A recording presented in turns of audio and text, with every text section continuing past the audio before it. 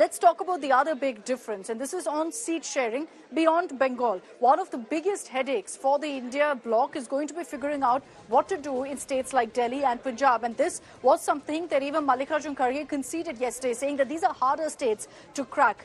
Already information trickling in right now that the Aam Aadmi Party has very clearly communicated that we will have no seat sharing deal in Punjab. We will not split seats in Punjab.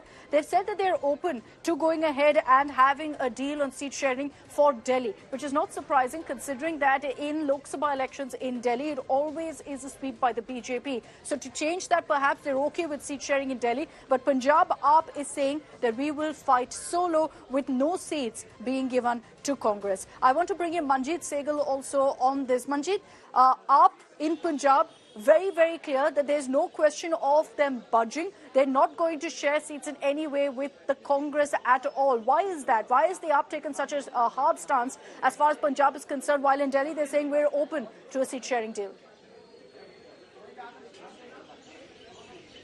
Well, Akshita, in fact, the statements being given by the Aam Aadmi Party leaders and the Congress leaders in Punjab have in fact highlighted the contradictions within the India bloc.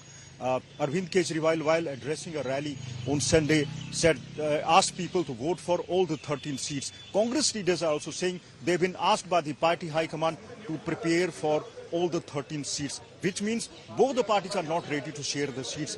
As far as the Congress is concerned, Congress leaders say that the ruling Aam Aadmi Party government was targeting its leaders. Half a dozen leaders, including the two former cabinet ministers, have been put in the jails on graft charges. So this is a reason number one why Congress don't want to ally with the Aam Aadmi Party in Punjab. The second reason is this. Congress thinks that in 2019, party had won 8 seats, but later in the assembly elections, the Aam Aadmi Party won 92 seats. So it got 42% of vote share. Congress just got only 23% vote share. So AAP is not keen to ally with Congress because of the vote share in Punjab. But all these local leaders continue to maintain that they are waiting for a word from their senior leaders and the senior leadership in Delhi. Let's see how it plays out. But what's clear is that there's going to be no dialogue about it because Kejriwal has already gone off for his Vipassana meditation retreat. He's not going to be available for the next 10 days for any sort of dialogue with the Aam Aadmi Party. So there'll be a stalemate as far as Punjab is concerned for the next 10 days where the pause button has been hit on talks with regards to seat sharing for Punjab. All right, let's focus on Uttar Pradesh. Akhilesh Yadav was a part, of course, of the India Alliance meet yesterday, had sent out his message as far as seat sharing for UP is concerned. There's already been talks about ripples because of the fact that in Madhya Pradesh, SP wasn't given any sort of seat sharing deal with the Congress, and Akhilesh very openly said, I'll walk out if there's a need. Now, the other warning that's been shot of is that if any allies reach out to Mayawati, if she's included in the alliance in any way, Akhilesh Yadav has said, then the Samajwadi Party will no longer be a part of this alliance. So that's the ultimatum that he's shot off now to the India Alliance. And this is because there's been a lot of reports suggesting that there are backroom talks happening with Mayawati to bring the BSP on board in the India Alliance as well. I want to bring in Samad Srivastava on this, or what's really happening in Uttar Pradesh. Samad, does it look likely that, the BSP could join the India Alliance? Are there talks really happening? Is there any sort of truth or, any sort of reason that Akhilesh has decided to shoot off this warning yesterday in the meeting? Well, actually, the one thing was very clear once Congress lost Chhattisgarh, Rajasthan and Madhya Pradesh, that Akhilesh Yadav is going to dominate this seat sharing thing whenever next India Alliance meeting will take place in Delhi. And that is what happening right now. You saw yesterday Akhilesh Yadav clearly gave an ultimatum to Congress party that if you are in talks with BSP chief Mayawati, then believe me that within 15 days we will leave this alliance or think something else for the Lok Sabha elections. This is a big statement from Akhilesh Yadav because we haven't seen Akhilesh Yadav that aggressive in the previous meetings of India Alliance. That happened, though he had his say, but this time around he has come with a perfect befitting reply. And this is also a mix what happened in Madhya Pradesh between Congress party and the Samajwadi Party, the tussle regarding to the seat sharing where Akhilesh demanded some seats while Congress did not give Samajwadi Party those seats, and later on Akhilesh announced more than 40 or 50 candidates in Madhya Pradesh, though the result could have been different. But Akhilesh Yadav in a way clearly in the public rallies of Madhya Pradesh said that Congress is BJP and BJP is Congress, and this is what the statement of Akhilesh Yadav clearly signifies that there is no space for Mayawati if Akhilesh Yadav is there. And we'll see whether the rest of the allies really heed his warning, saying that the SP will walk off if the BSP is included in the alliance. Thanks very much, Samal, for joining us with those details.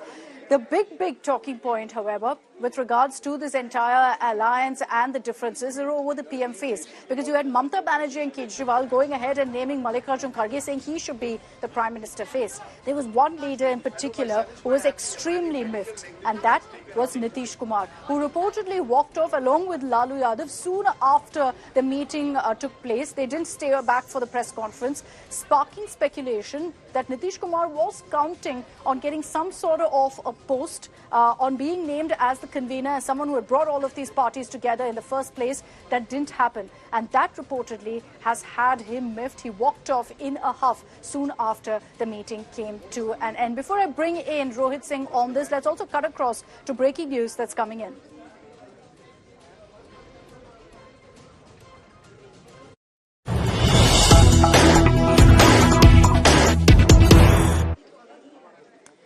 So Nitish Kumar and Lalu walked off soon after the meeting, and reports suggest that they were miffed over Kharge's name being proposed without any sort of consultation. But there's also news coming in that there seems to be some sort of a tussle playing out between the JDU and the RJD, that there could be differences between Nitish Kumar and Lalu Yadav. Reportedly, there's been no conversation between Nitish and Lalu for the last many months. They haven't been in communication with each other. Nitish and even Tejaswi Yadav have not been seen together in recent times, avoiding any sort of communication, any sort of encounter. They've largely not been seen together at any event. Even to attend the meeting of the India Alliance, they were seen arriving separately. And let me bring in Rohit Singh on this as well.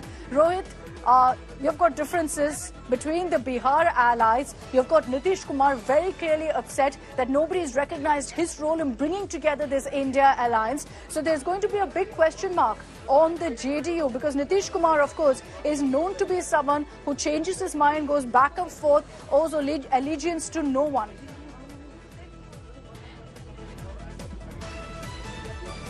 Akshuta, see, though Nitish Kumar and Lalu Prasad may be claiming that they are natural alliance partners, but that is not the fact. Because remember, from the day Nitish Kumar has once again formed government with Mahagathbandhan, coming back to the Mahagathbandhan fold, Tejaswi Yadav and RJD has been eyeing the CM post. So there has been a real difference and rift between JDU and RJD over when Tejaswi Yadav will become the Chief Minister of Bihar, when Nitish Kumar will hand over the baton to the RJD scion, has remained a big question. And amidst all this, we are hearing that for the last few days there has been a difference between JDU and RJD because of the fact that Nitish Kumar and Tejaswi Yadav have not been seen at many places at an event where both had to be present. And in the backdrop of that, yesterday when in the Indy meeting we saw Mamata Banerjee proposing the name of Mallikarjun Kharge as the PM face, that really irked Nitish Kumar, because as I was telling you earlier also, ever since this alliance has been formed, Nitish Kumar was expecting that since some sort of a big role will be given to him, because remember, he has been the Sutradhar of this opposition and alliance. Yet there's been no recognition of that really, Rohit, which is what has got Nitish miffed. We'll see if in the next round maybe he's named as the convener, but so far no announcement in that regard. Thanks very much, Rohit. I'd like to thank all of our reporters for joining us on this broadcast.